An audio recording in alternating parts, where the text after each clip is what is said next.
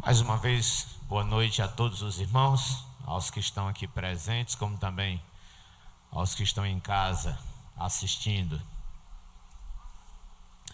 Eu tenho até observado que tem aumentado o número de inscritos no YouTube e também tem aumentado o número de visualizações, né? Ainda que muitas vezes os irmãos visualizem, parece que a maioria das pessoas não gosta de apertar lá naquele negócio para dizer visualizei, né?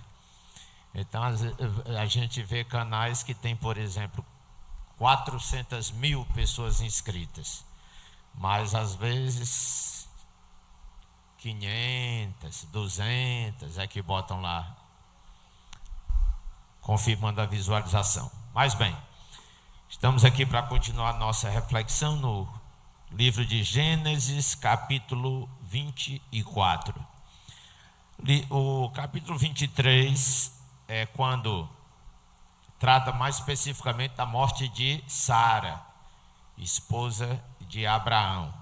Abraão negocia então um terreno para enterrar sua esposa, e assim se conclui o capítulo 23. No capítulo 24, nós entramos agora numa outra aventura muito interessante. Capítulo 24 vai falar sobre a esposa de Isaque, o filho de Abraão. Abraão lá na frente também irá falecer, e aí vai seguir a partir dali a história de Isaque, Jacó, Esaú, e aí segue os descendentes de Abraão. Esses os principais, né? Os principais descendentes de Abraão serão aqueles que irão dar origem às 12 tribos de Israel. Então, no capítulo 24, nós vamos ver aqui a escolha de uma esposa para Isaque. E aí, antes de começar a comentar, vamos orar, tá bem? Vamos orar. Pai querido, estamos aqui, Senhor, porque temos amor pela Tua palavra, temos sede de Te conhecer mais, e sabemos que são as Escrituras que nos concedem essa revelação da Tua pessoa. Nesta noite, fala conosco, pelo poder do Espírito, e que a nossa vida, Senhor, se torne uma vida agradável a Ti. Abre os nossos olhos espirituais, a nossa mente, para captarmos os Teus preceitos, os Teus ensinamentos, e podermos assim, Senhor, viver de um modo que seja agradável aos Teus olhos. Nos ajuda, Senhor. Nós te pedimos, Senhor, revela os teus segredos, os teus mistérios. Traz à luz, Senhor, as verdades que estão ocultas a nós. E não permitas, meu Senhor, que as aves de rapina, os demônios, os espíritos maus, roubem a semente que há de ser plantada no nosso coração. Faz assim, meu Deus, eu te peço. Em nome de Jesus Cristo. Amém. Tem aqui alguém com um problema no ouvido? Não sei exatamente qual é o problema, o Senhor não falou, mas um problema no ouvido, e é só em um dos ouvidos. Ok? Acrescentando, né? O Senhor está falando que essa pessoa tem um ouvido que entope muito fácil. Já entrou água quando era criança, e desde então a pessoa passou a ter esse problema. É você mesmo? Desde criança tem esse problema? O que foi que houve? Só um minutinho. Rapaz, será possível que vocês tenham que esperar meia hora para se levantar para entregar um microfone que já deveria estar pronto?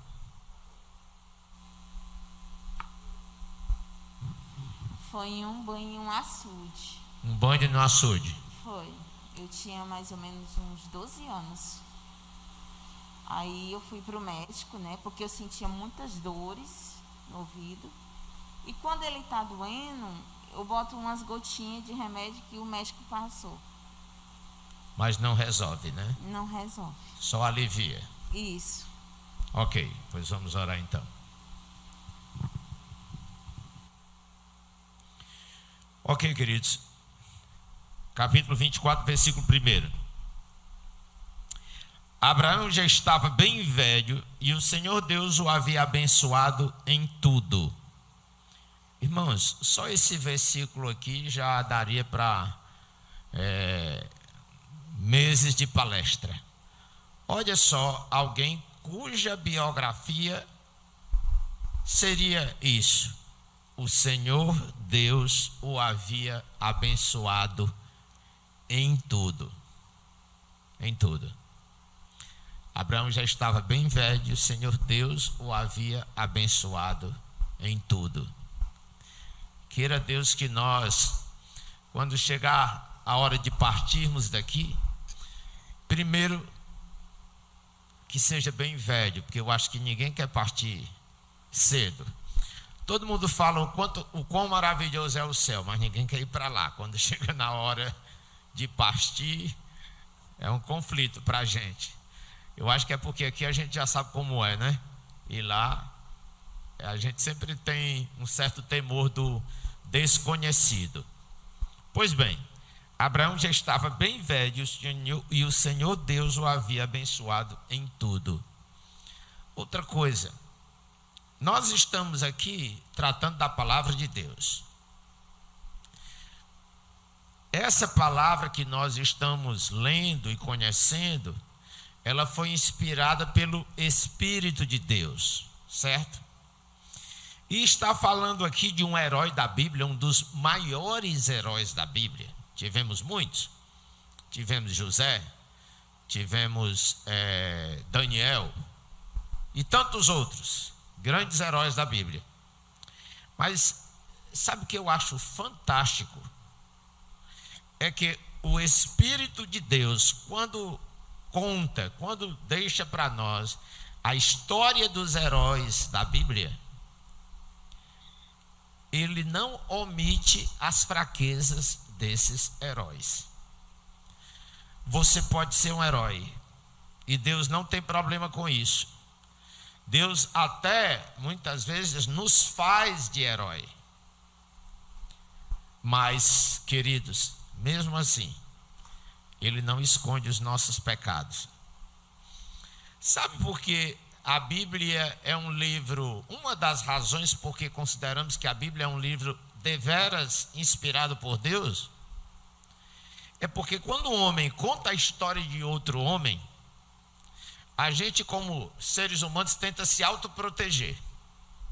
E a gente esconde os defeitos dos nossos heróis. O Senhor não.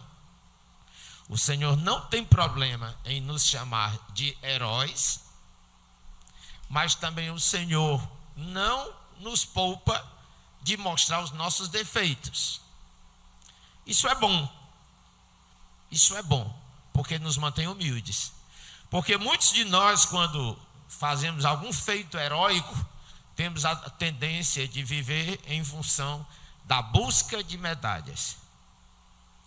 E Deus nos ajuda a não termos essa postura, permitindo que as nossas fragilidades também sejam contadas, também sejam expostas.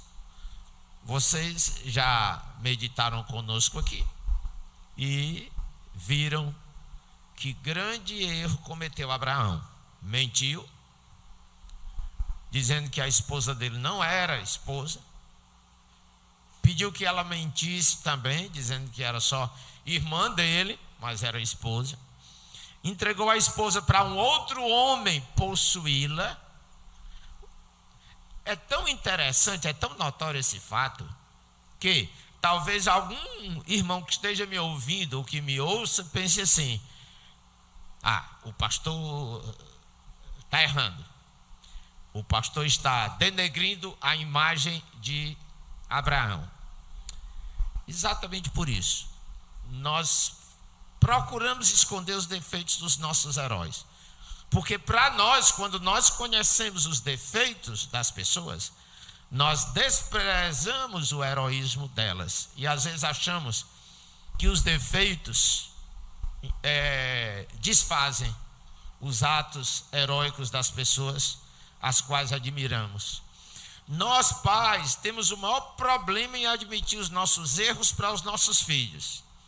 Quantos pais sentam com um filho, adolescente, jovem, criança, para dizer: papai está errado, eu errei, me perdoe? A maioria dos pais não faz isso. E a principal razão é que nós pensamos que admitir erro é fraqueza. Muito pelo contrário. A Bíblia diz que quando nós admitimos os nossos erros, nós nos tornamos mais fortes espiritualmente. Nós nos tornamos mais aptos a recebermos a bênção de Deus. Mas nós escondemos os nossos erros e nós escondemos os erros das pessoas de quem gostamos ou admiramos. Não é verdade? Mas Deus não faz assim. Ele ama, pode amar você, ele pode você ser especial para ele. Mas na hora que você pisar na bola, ele não tem nenhuma dificuldade de permitir que gerações e gerações saibam do seu erro. Mas também ele não tem nenhuma dificuldade para permitir que gerações e gerações saibam também das suas qualidades. Quando no Novo Testamento, Maria Madalena, aquela mulher, quando Jesus estava na casa de um dos líderes religiosos da época, a mulher entrou, quebrou um vaso de perfume e, chorando, derramou sobre Jesus. A outra, também em situação semelhante, lavou os pés de Jesus com lágrimas e enxugou com os cabelos. E quando tentaram impedir aquilo, Jesus disse assim: não, essa história vai ficar registrada para que todos saibam o que foi que essa mulher fez. Então Jesus não tem problema em reconhecer as nossas qualidades, mas também não pense que ele vai esconder os nossos defeitos. De modo nenhum. Às vezes ele faz de propósito. Ele deixa todo mundo saber, para que a gente aprenda a ser humilde e a depender do Senhor. É na fraqueza que a força do Senhor, o poder do Senhor se manifesta. Às vezes o Senhor é mais glorificado quando nós somos humilhados do que quando nós realizamos algum feito heróico. E a prioridade da nossa vida é viver para a glória do Senhor e não para a nossa própria. Mas esse homem, Abraão, que cometeu erros, e não foi só um, não foi. Ele não tinha moral com a esposa. Quando ela disse: pega esse menino e manda embora, ele obedeceu. Para vocês, eu vejo algumas pessoas dizendo assim, que a Bíblia é um livro machista.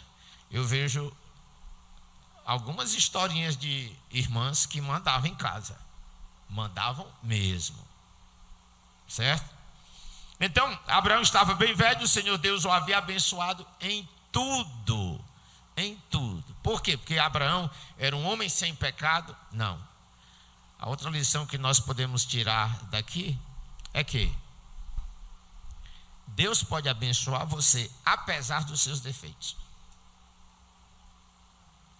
Isso é um grande consolo para nós, né? Um grande consolo.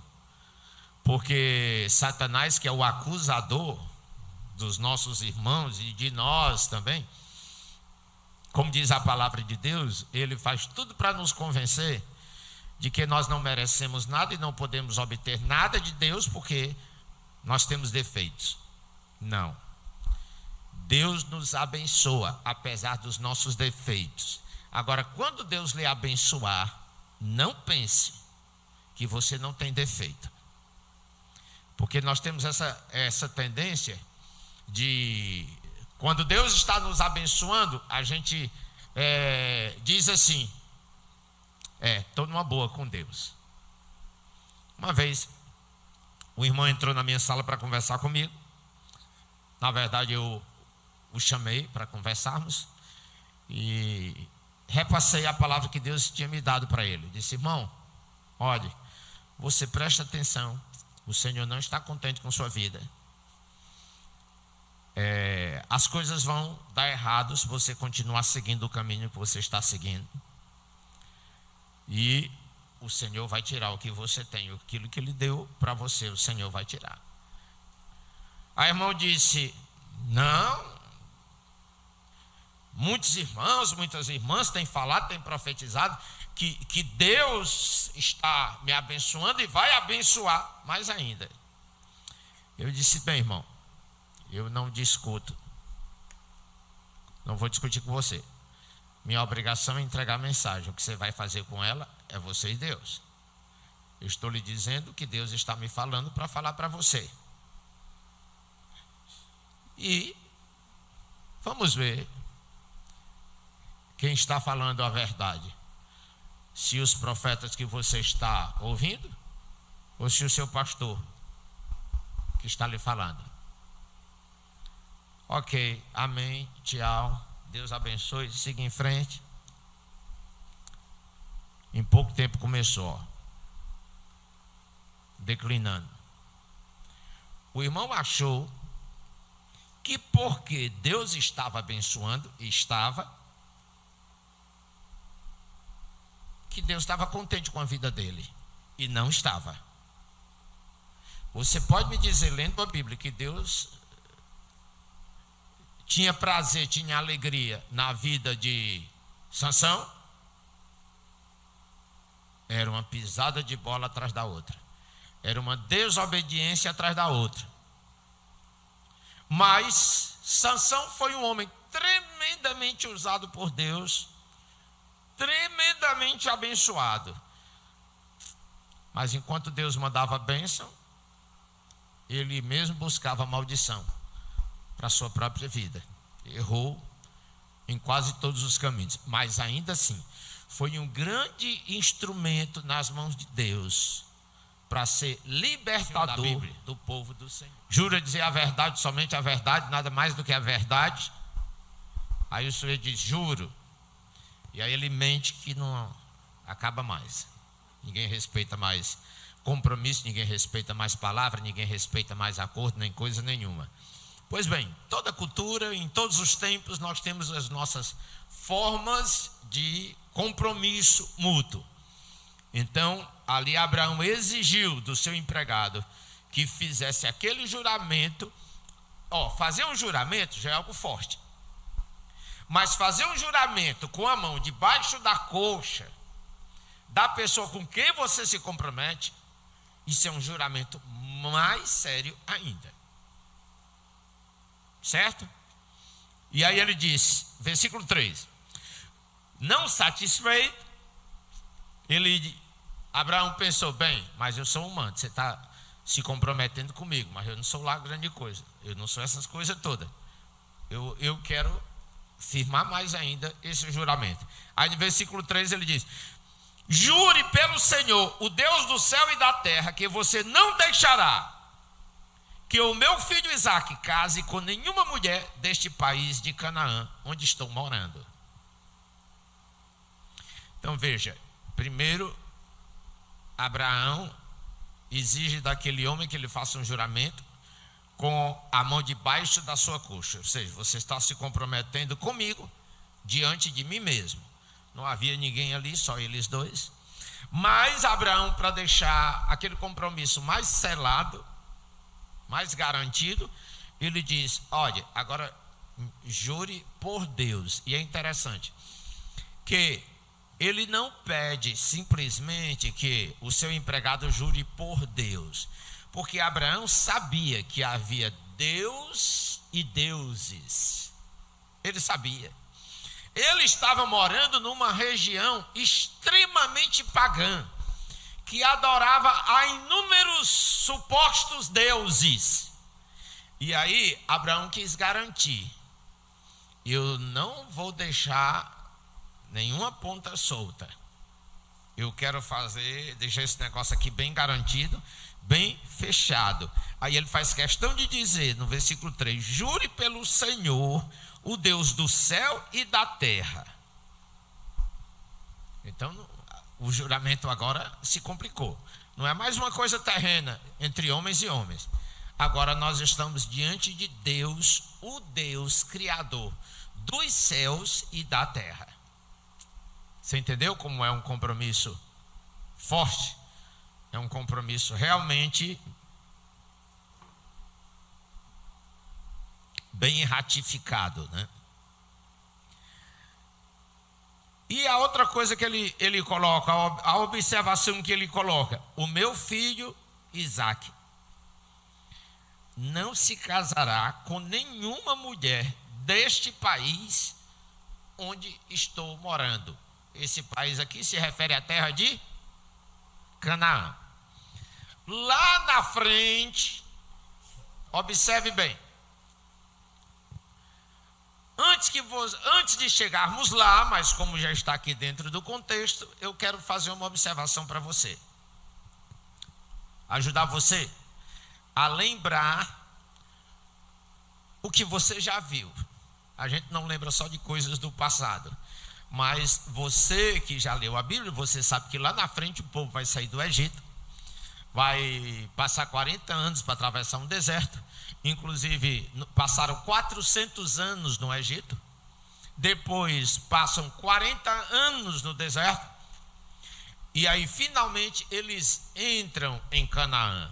Mas observe bem que o Senhor, quando manda o povo de Israel entrar na terra de Canaã, qual é a observação que ele faz? Ele diz: mate todos, não deixe nenhum sobreviver, mate todos. E algumas pessoas, ao ler lá na frente, foi a orientação que Deus deu tanto para Moisés como também para Josué. Lá na frente você vai pensar assim: que Deus impiedoso, por que não deu pelo menos uma chancezinha, uma oportunidadezinha? Sabe qual é o problema, querido? O problema não está na Bíblia. O problema está na maneira como nós lemos e estudamos a Bíblia. A gente lê o capítulo seguinte esquecendo do capítulo anterior. A gente lê a história seguinte esquecendo da história anterior. Onde eu quero chegar? Veja bem, muito antes, na época de Abraão, em termos de número, eu estou apresentando aqui para você, pelo menos 440 anos foi o tempo que Deus deu de chance para os cananitas ou cananeus se arrependerem. Eles já eram um povo profano, eles já eram um povo pecador, insubordinado, que desprezava as coisas de Deus da época de Abraão, desde a época de Abraão. Por isso que Abraão diz: eu não quero que o meu filho case com uma mulher daqui, porque nenhuma presta. De uma forma bem popular. Aí veja bem, quando chegar lá na frente, você vai ler que o Senhor dá ordem para Josué, para Moisés, para as tribos: mate todo mundo. Aí você diz: que Deus impiedoso. Deus impiedoso o quê? Só aqui rapidamente, que eu não fiz um levantamento cronológico, só aqui rapidamente já dá para ver que esse povo esse povo teve mais de 400 anos para se arrepender. Porque desde a época de Abraão, eles já tinham se afastado dos caminhos do Senhor. Portanto, o Senhor foi rigoroso, demasiadamente rigoroso, quando vai usar a nação de Israel para julgá-los lá na frente. E você diz assim: como é que pode um Deus tão carrasco? Talvez você não diga porque você é crente, você tem medo de encarar os seus próprios pensamentos. Mas no fundo você pensa assim: por que o Senhor mandou o povo dele matar homens, mulheres e crianças? Por que o Senhor não deu mais uma chancezinha? Meu filho, talvez, depois eu vou ver se eu lembrar, ver quanto tempo se passa daqui para lá.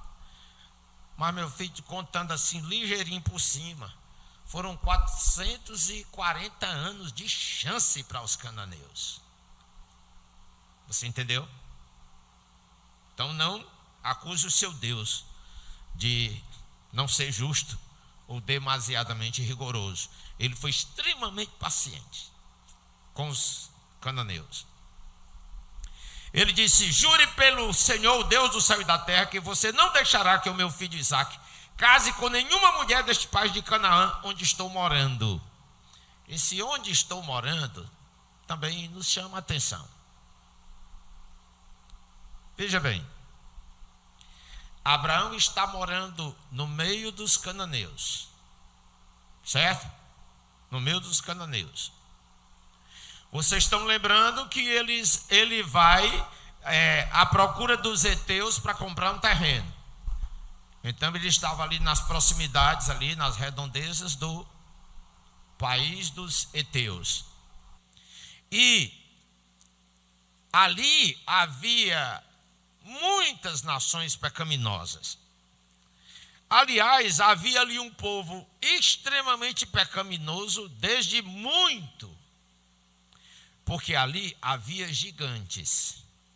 E nós sabemos, olhando para trás, lá para os primeiros capítulos de Gênesis, capítulo 6, mais especificamente, nós sabemos que esses gigantes foram o resultado de uma relação de homens maus. Aliás, sim, homens maus, usando a palavra no sentido geral, mas vamos ser mais específicos.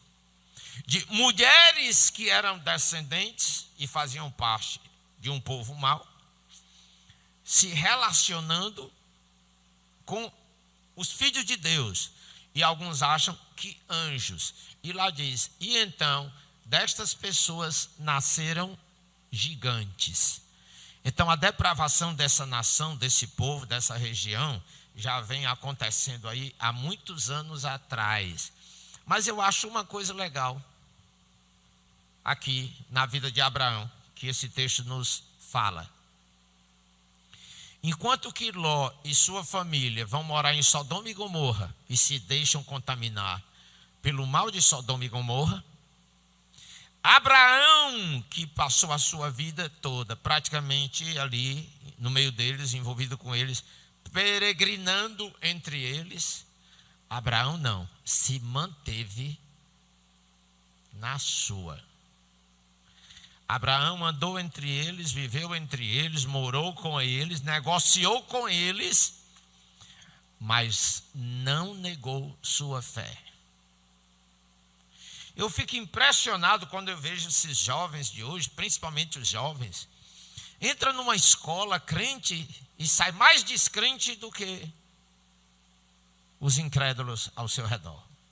Entra numa faculdade e sai mais ateu do que os universitários. Irmãos, o que acontece conosco? Que nós temos uma espiritualidade tão frágil que não consegue passar pelo teste da comunidade. Vou repetir essa frase. Ficou bonita, até rimou. O que acontece com a nossa espiritualidade de hoje, que não consegue passar pelo teste da comunidade. Para você entender melhor, se lembre do Salmo 1. Bem-aventurado do homem que não anda no conselho dos ímpios, não se detém nos caminhos dos pecadores, nem se assenta na roda dos escarnecedores. Antes, o seu prazer está na lei do Senhor, e na lei do Senhor medita de dia e de noite. Abraão conseguiu, apesar dos erros que cometeu, mas Abraão conseguiu. Abraão morou com aquele povo, mas não adotou os costumes deles. Abraão se manteve ileso, livre dos pecados dos cananeus, mas ele pagou um preço. Ele pagou um preço. E sempre há um preço a pagar, queridos. Jesus disse que aqueles que quiserem ser santos haverão também de ser perseguidos, maltratados, destratados. E ele ainda disse, e quando isso acontecer com você, dê graças a Deus. Olha, quando pessoas más, homens maus, depravados, lhe rejeitarem, lhe tratarem com desprezo, se alegre. Isso significa que você não é um deles. Amém? Porque nós temos um problema, né, com isso. A gente vive, o nosso ambiente social, a gente vive sempre numa tentativa de agradar os outros, de fazer meio termo, de não entrar em choque, não entrar em conflito. E a gente usa a Bíblia, não, no que nos for possível, temos que ter paz com todos. Eu não quero ter paz com gente que não presta, não. Eu não tenho paz com pessoas depravadas, que não levam Deus a sério. E infelizmente, a gente encontra pessoas assim entre os não crentes, mas encontramos também entre os crentes. E sabe o que a Bíblia nos manda fazer? Quando nos depararmos com pessoas assim? Cai fora. Fica longe de pessoas assim. O apóstolo Paulo diz no Novo Testamento que a gente não deve nem sequer receber essas pessoas na nossa casa. Aí a gente, na nossa mentalidade, né, moderna, não, isto é preconceito. Não, nós não podemos ser preconceituosos. Pois Paulo manda que você seja preconceituoso. Ele muito claramente nos diz, não ande, não, olha, ele chega a dizer assim, nem sequer cumprimente. Ah, mas foi Paulo, pastor. Paulo era muito exagerado, extremista. E Jesus, quando ele disse assim para os seus discípulos, olha, quando vocês entrarem numa casa, ou num povoado, numa cidade, deem a paz para as pessoas dali. Se eles tiverem paz, bem. Se não tiverem, saiam dali, ó. E quando sair, bata até as sandálias de vocês para que nem a poeira da terra deles fique dos pés de vocês. E no final dos tempos haverá mais rigor para com estas cidades, estes lugares, do que para com Sodoma e Gomorra. Então, onde é que Jesus nos manda fazer parceria com pessoas que não querem nada com Deus? Amor não é parceria. Não, mas nós temos que amar os nossos inimigos, amar os incrédulos, sim, mas andar com eles, não. Ficar de braço com eles, não. Negociar com eles, não. Ser sócio deles, não. Nós somos um povo separado. Esquisito, não. Mas diferente, sim. Amém? Aí você diz, Abraão era preconceituoso. Era. E aí diz para o funcionário dele, olha, não não deixe que o meu filho se case com essas mulheres daqui. Eu morei aqui, eu convivi com esse pessoal, mas até hoje eu vou morrer, mas eu não me misturo com eles. E, por favor, não deixe que o meu filho se misture com eles. Eu não quero nem meus filhos, nem meus netos. Você está vendo como ser fiel a Deus tem um custo? Isso não significa desprezar as pessoas, desrespeitar as pessoas, mas isso significa que você, por mais que respeite, considere que é obrigação nossa, aí sim entra o amor, mas que você participe daqueles comportamentos, participe daquela cultura profana. Não, o Senhor é muito claro. E Paulo diz, ainda que seja crente, se os comportamentos não têm nada a ver com Deus, com a palavra de Deus, então não entre na casa de pessoas assim, nem sequer dê a paz do Senhor para eles. Ok, queridos? Jure pelo Senhor, Deus do céu e da terra, que você não deixará que o meu filho Isaque case com nenhuma mulher deste país de Canaã, onde estou morando. Eu vejo aqui, rapaz, um negócio interessante nessa história de Abraão. Essa coisa da síndrome do filho único. Eu vejo aqui e vejo na prática. Espera aí. Isso é um rapazinho de 15 anos? Hein? Isso é algum jovenzinho, adolescente? Eu nunca entendi, até hoje, não entendi. Faz mais de 40 anos que eu leio a Bíblia, estudo a Bíblia, até hoje eu não entendi esse tutoriamento de Abraão em relação a Isaque. Porque, afinal de contas, irmãos, vocês estão lembrando? Aqui não diz quanto tempo decorreu, mas vocês estão lembrando que no capítulo 23, Sara morre. E quando Sara morre, o Isaquinho já tinha 37 anos. E agora Abraão está pedindo que o funcionário dele vá buscar uma esposa para o Isaquinho.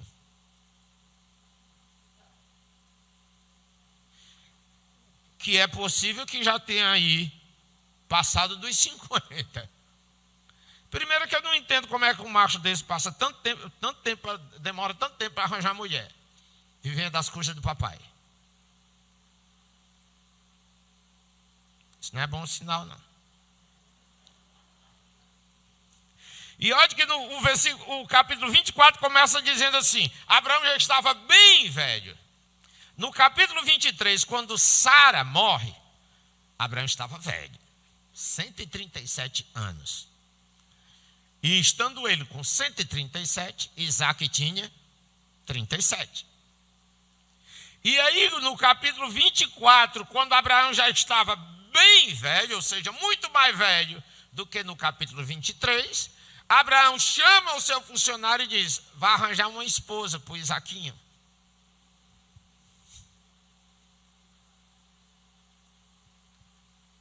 Por que esse marmanjo não foi atrás da mulher dele? Sei não. Versículo 4. Vá até a minha terra e escolha no meio dos meus parentes uma esposa para Isaque. Eu não gosto muito desse negócio, não. De outras pessoas tomando decisões tão sérias por mim. Eu vou te dizer uma coisa, esse homem aqui era de muita confiança. Muita confiança. Viu? Eu não tinha coragem de dizer, se eu fosse solteiro, pastor Herbert, arranja uma esposa para mim.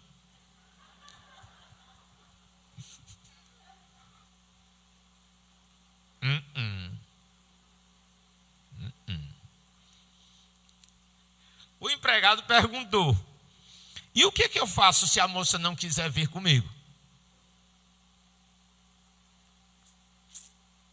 devo levar o seu filho de volta para a terra de onde o Senhor veio? Abraão respondeu, não. Não foi um não. Você consegue entender isso? Vamos para o português. O que é que tem aí depois do não? É um ponto, ponto final, vírgula, ponto de exclamação. Quando o empregado disse, devo levar o seu filho de volta para a terra de onde o Senhor veio? Não. Você entendeu? Não. Inconcebível. E ele diz, não faço meu filho voltar para lá de jeito nenhum. Para quê? Declaração mais forte, né? De jeito nenhum.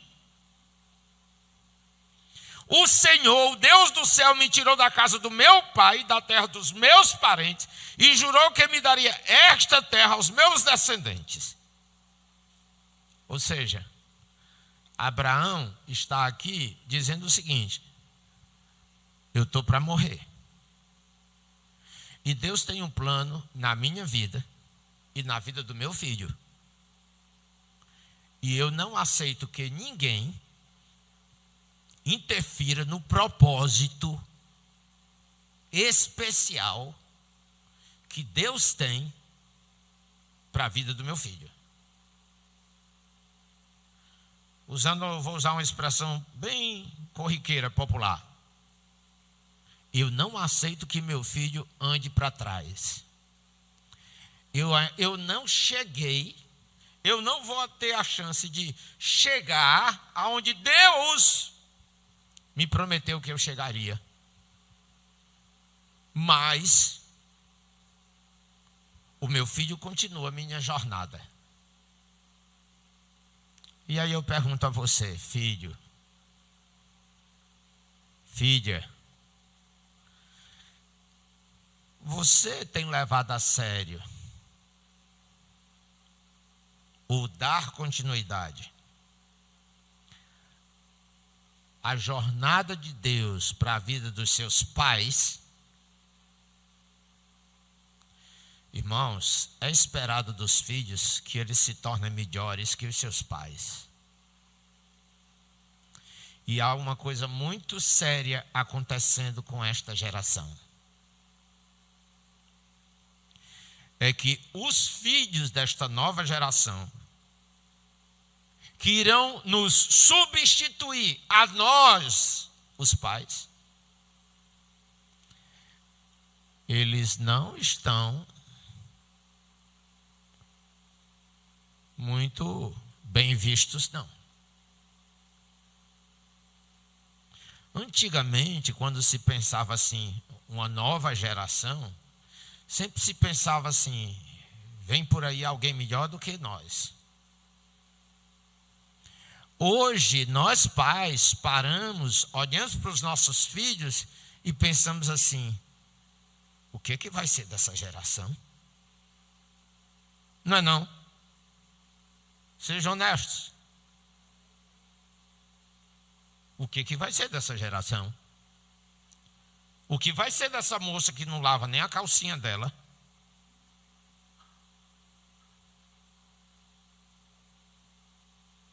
Não é não? Nós nos preocupamos. Não é uma transferência de peso. Mas a gente sabe que a vida não é uma coisa simples e banal, não.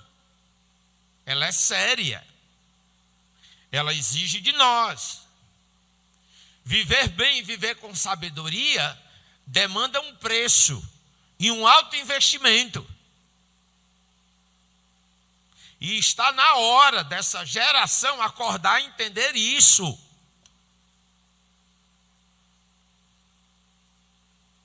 Você não está construindo nada para o seu futuro enquanto você estiver dependendo e parasitando o seu pai e a sua mãe.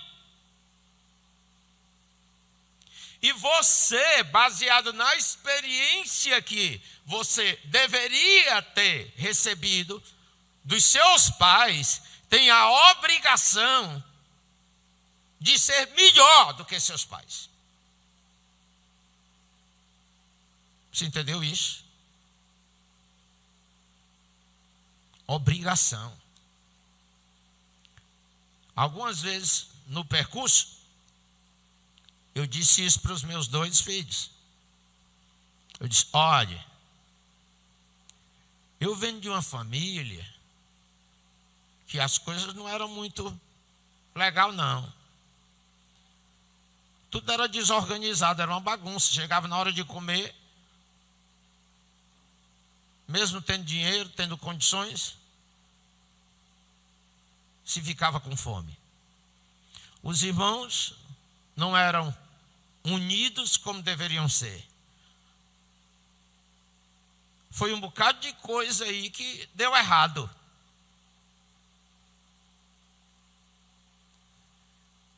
E eu sou um produto disso, um resultado disso. Mas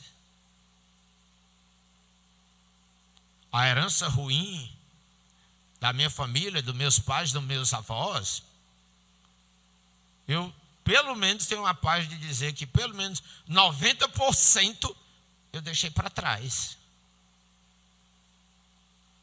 E digo para os meus filhos, e disse e digo: vocês nasceram num ambiente de privilégio.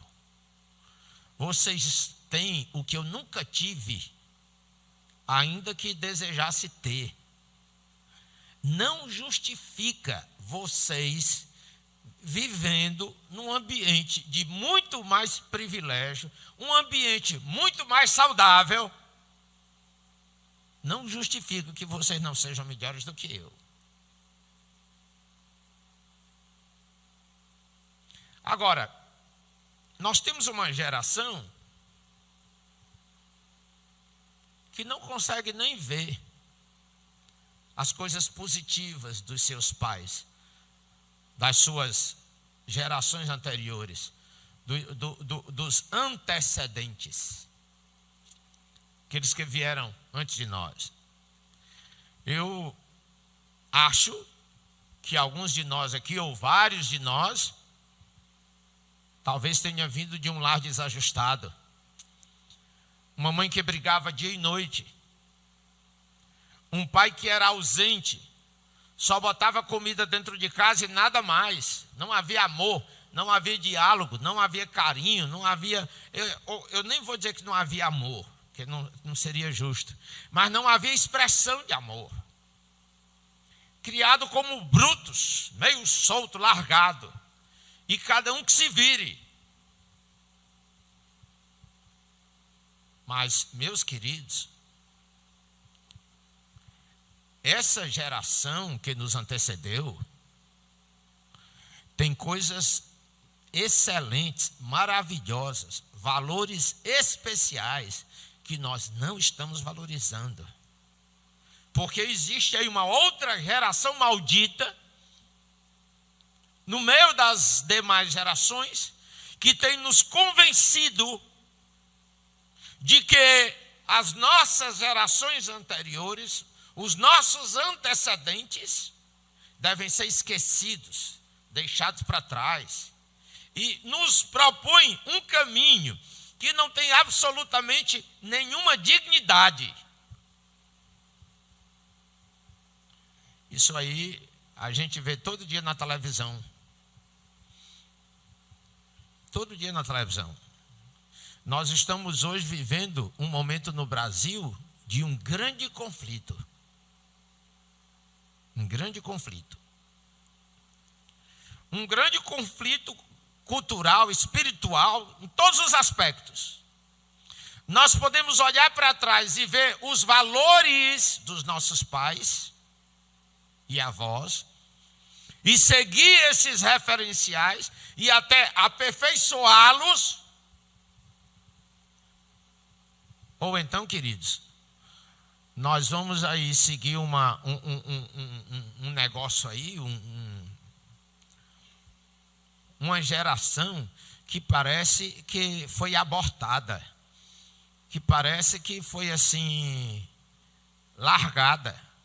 Parece um parto mal feito, que está produzindo pessoas extremamente doentes, complexas e não só complexas, complicadas. Que não sabem lidar com a vida e que não sabem lidar com os demais seres vivos. Porque até os animais estão sofrendo nas mãos dessa geração atual. Se bem que hoje existe uma defesa muito grande, a questão da ecologia e tudo mais. Mas é aquela coisa, salve um cachorrinho, mas mate aquele cara porque ele lhe cortou no trânsito. Tem algo aí estranho, que não se conecta. Olhe, para diante de nós, tem uma geração estranha aí. Tem uma geração estranha. Que não sabe lidar com a vida, com as demandas da vida, que não está preparado nem para viver. Por isso que há um índice tão alto de suicídio. Porque não é necessariamente por causa dos problemas da vida. Porque, olha, essa geração de hoje é uma geração que, de certo modo, tem uma vida fácil.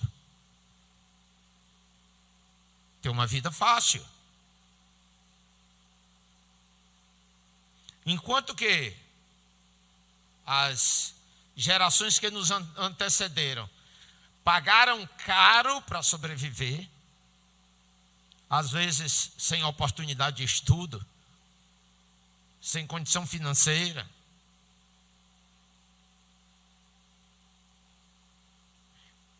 Às vezes eu tenho a impressão que tudo que o homem criou para facilitar a vida das futuras gerações trouxe mais danos do que benefício.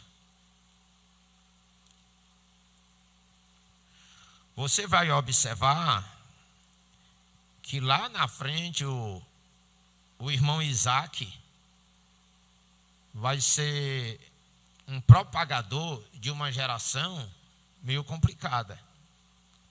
Conflitos dentro de casa, um irmão tentando matar o outro irmão, e aí vai. Isso não é por acaso. Isso não é por acaso. Irmãos, quando eu, com 15 anos por aí, comecei a ver os defeitos da geração do meu pai, a minha postura foi: eu não seguirei o mesmo caminho. Eu tentarei ser melhor.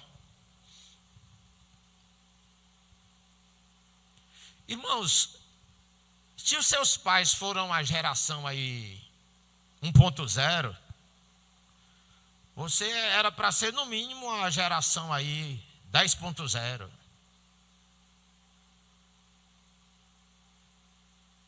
Mas vocês estão andando para trás. E foi isso que Abraão deixou bem claro. Não, eu não aceito que o meu filho recue. Deus tem um plano para a minha vida, para a minha família.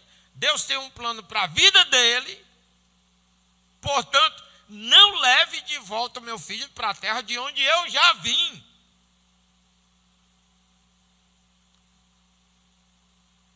Queridos, nós temos que tomar a decisão de andar para frente. Porque muitos estão andando para trás. Muitos estão andando para trás. Nós temos hoje uma geração, eu estou aqui falando, mas estou até com dificuldade. Porque quando eu falo, eu fico assim meio... Eu não sei se você já chegou a essa fase na sua vida, que você se sente um estranho no ninho. Que você está numa situação assim intermediária, mais incômoda. Que você sabe que você não está caducando, mas também você não consegue mais falar a língua dos seus filhos. Vocês pais já se sentiram assim? Ou já estão se sentindo assim? Chega uma fase que a gente não sabe onde a gente fica. Eu hoje não sei. Eu não sei. Eu não estou bem alocado na geração dos meus filhos, não. Mas também, por outro lado, talvez por isso que o pessoal usa a expressão meia-idade, né? Mas, por outro lado, apesar de eu não estar bem alocado na geração dos meus filhos, mas eu também não estou naquela de velho gagá que não tem mais nenhuma expectativa de vida, que se senta para balançar numa cadeira esperando que a hora de ir para o cemitério chegue. E Deus me livre de terminar os meus dias assim, improdutivo, simplesmente vivendo por viver. Eu estou vivendo porque a morte ainda não chegou. E o pior é que a gente fica esperando a morte, mas quando ela chega a gente não quer ir. Ninguém quer ir, né? Mas, irmãos, afinal, para onde iremos? Para onde vocês estão indo? Vocês pais, mães, vocês já entregaram os pontos? Desistiram da vida? E vocês, filhos, netos, qual a perspectiva de vida que vocês têm para frente? Ou vocês pararam no tempo e estão só envolvidos com essa sociedade louca, desajustada, que não sabe para onde vai? E quem anda com quem não sabe para onde vai, também não tem para onde ir. Em outras palavras, estão perdidos. Perdidos. Tudo que você tem em vista para o futuro é uma faculdade e um emprego? Quais são os seus planos? Quais são suas expectativas? Suas. Sua sim, porque tem que ser sua. Você não pode terceirizar seu futuro. Você não pode terceirizar sua vida. Você não pode se dar o luxo que se deu Isaac de ficar em casa esperando que um empregado vá buscar a mulher para mim. É você. Interessante que há um fenômeno, e é um fenômeno realmente, não é uma coisa casual, é um fenômeno real. Pesquisas, estatísticas dizem que hoje os filhos estão demorando muito mais a saírem de casa. Na Europa, tem marmanjo com 37 anos, 40, é a geração Isaac. Ainda está dependendo do papai e da mamãe.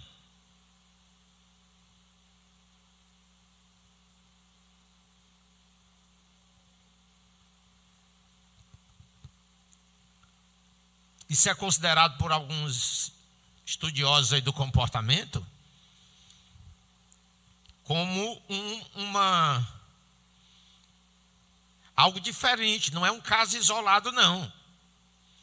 Cada vez os filhos estão demorando mais a sair da casa dos pais, a sair da dependência dos pais. E eu não estou falando aqui de uma saída suicida, de uma saída desajustada. O que eu quero dizer com saída suicida ou desajustada?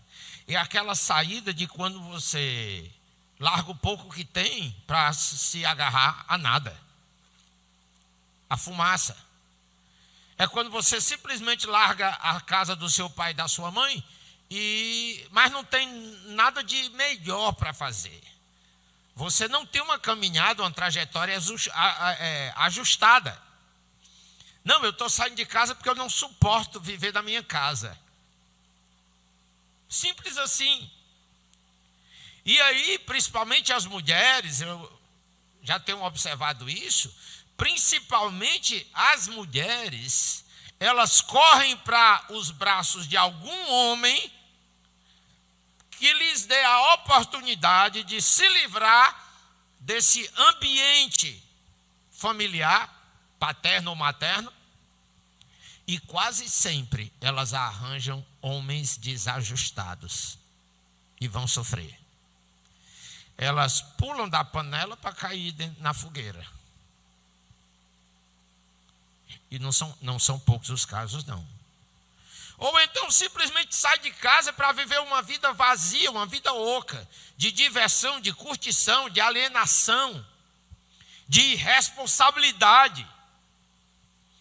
Porque essa saída não é resultado de um amadurecimento. Essa saída muitas vezes é motivada por uma rebeldia, por uma rejeição aos pais.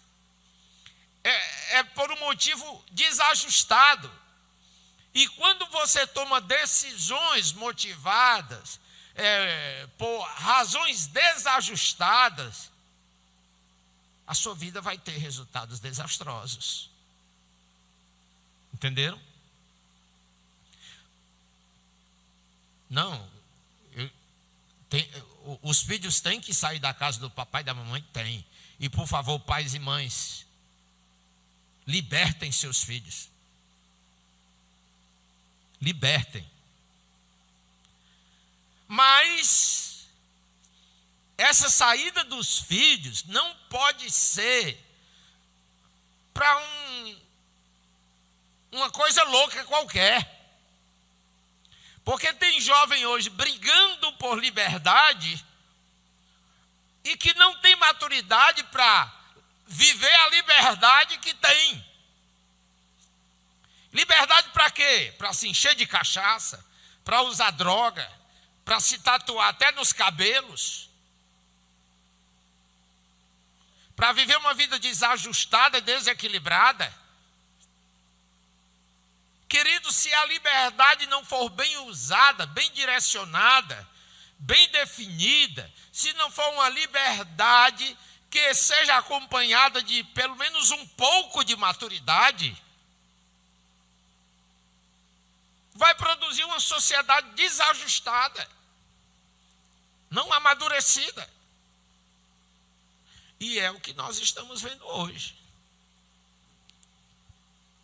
Mesmo entre os que saem de casa e entre aqueles que nem sair de casa não conseguem, porque ainda não tem nenhuma perspectiva de vida. Ainda não iniciaram a construção de nada na vida.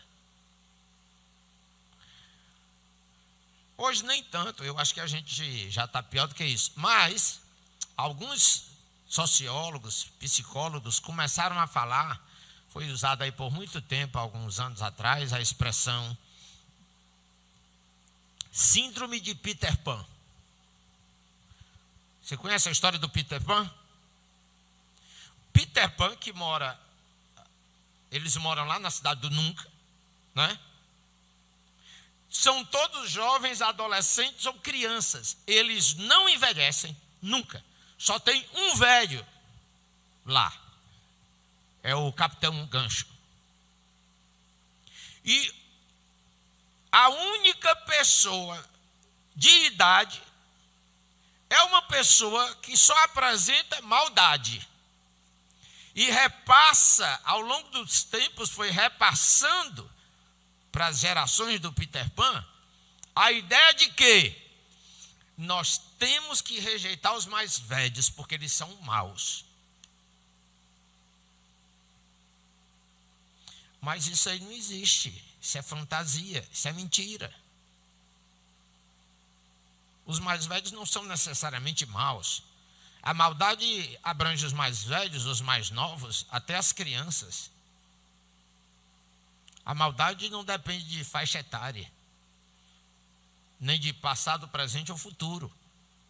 Tem a ver com o seu coração. Mas aí, de tanto assistir essas histórias, surgiu a geração Peter Pan. Homens com 40 anos que ainda não tem um emprego, ainda não tem uma mulher definida, ele ainda é adolescente, ele ainda é boy, ele ainda é garotão. É um irresponsável na vida. E mesmo quando constrói alguma coisa, só usa as coisas que conquistou para benefício próprio. Então é a geração Peter Pan. É sempre criança. Sempre criança. Mulheres, vocês jovens, pelo amor de Deus, você preste atenção nesse tipo de gente. Não se meta, não se envolva, não namore, não case jamais com um caboclo velho barbado que até hoje não fez nada da vida. E ainda está dependendo do papai e da mamãe. É suicídio. Amém, irmãos? Porque tem um pessoal aí, metido a boy, garotão, bonitão, malhado, gato. E você casa com ele, ele entra na sua casa, ele não sai do sofá. Quando está na frente do quando ele não está no sofá, está na TV. Ou então está no sofá e na TV. Ou então no videogame.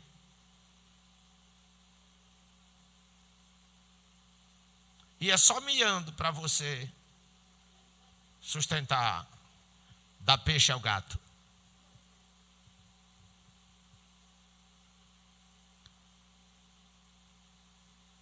Contar um segredo pessoal para vocês.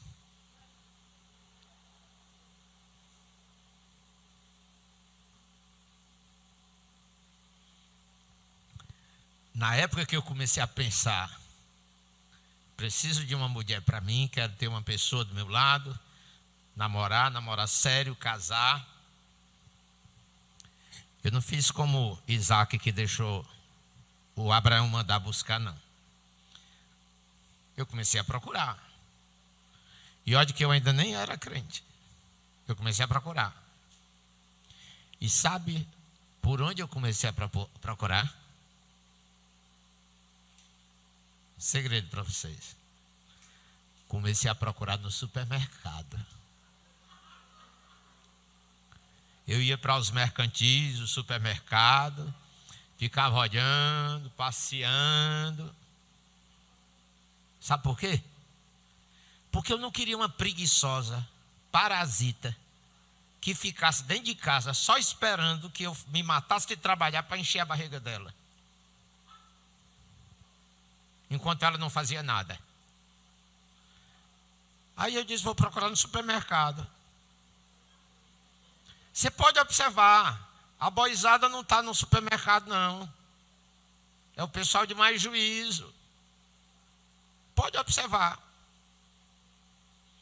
Mas também não teve jeito, nem no supermercado. Tinha a hora certa de Deus, né? Mas esperei, porque antes só que mal acompanhado. Minha mãe sempre dizia, eu não obedecia, mas eu guardava. Na hora certa, eu usei todos aqueles ensinamentos. Antes só que mal acompanhado. Então esperei. O pessoal que espera, muitas vezes se desespera e arranja qualquer coisa para tapar o buraco da solidão. E aí arranja cada abacaxi. E a vida torna-se um terror, uma miséria. Então, meus queridos, para encerrar,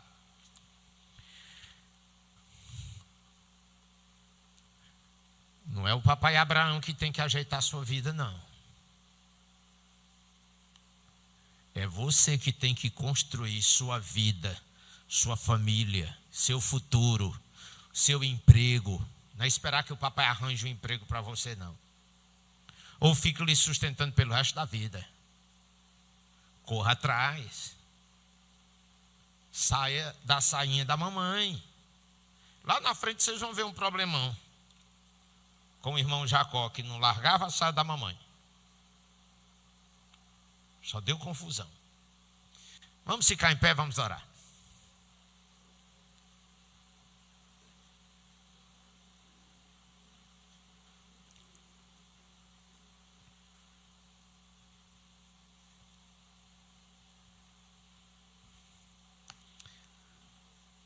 Amado Senhor, enquanto passeamos pela Tua palavra, descobrimos tantos tesouros. Não se justifica falharmos na vida quando temos a Tua palavra e podemos obter nela sabedoria.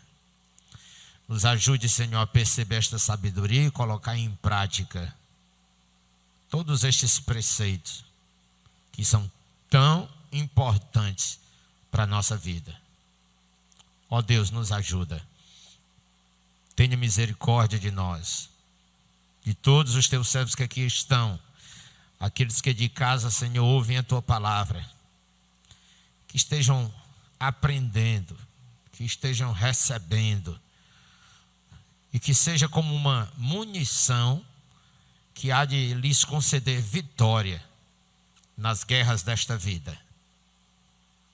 Dá-nos, ó Deus, a tua graça e nos faz sábios, ó Deus. Nós te pedimos, em nome de Jesus Cristo.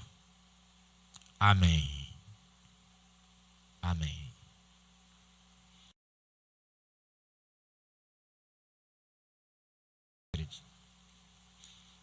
Tem um problema no olho que fica o tempo todo o olho piscando, tremendo e lacrimeja muito. Quem é? Ok. Tem uma pessoa, eu vi assim uma mão, ela sente umas dores nessas juntas aqui dos dedos. Dói que tem dia que ela chora. A dor não passa, remédio até hoje não resolveu. Não sei se você está aqui ou se você está assistindo aí no YouTube, mas se você tem essas dores aqui nas juntas dos dedos, onde você estiver, ou aqui ou lá, receba a cura, tá bem? Vamos ficar em pé e vamos agora ter a oportunidade de adorar o Senhor com as nossas ofertas e dízimos. Então você pode sair do seu lugar, vir até aqui, tá? E os irmãos que estão aqui, que receberam revelação de cura, cheguem até aqui, nós vamos orar por você. Se você está em casa nos assistindo, então aí mesmo, na sua casa, onde você estiver, quando formos orar, coloque sua mão no seu coração e ao orarmos receba a cura do Senhor.